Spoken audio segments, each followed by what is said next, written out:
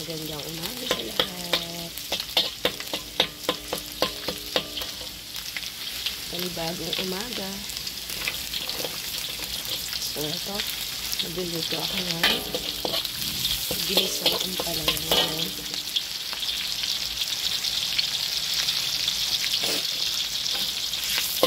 Pero ito, hindi naman na pangkain.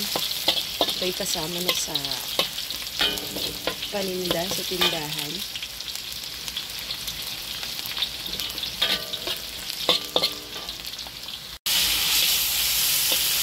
Kailangan muna natin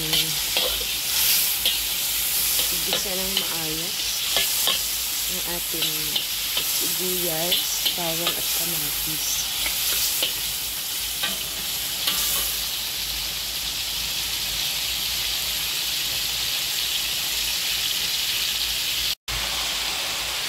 Dahil malambot na yung ating kamatis, nilagay ko na ang ating ampalaya.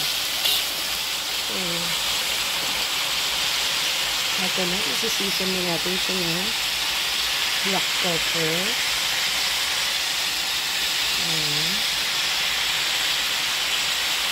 At syempre, lagyan natin ng konting umami.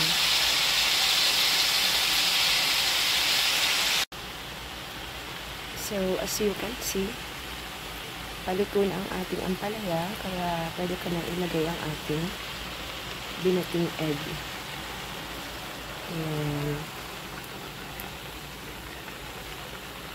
So, kasi pag nagluluto ako nito, gusto ko, yung kulay green pa rin siya.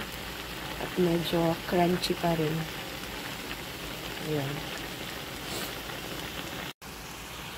Ayan. So, luto na siya, guys.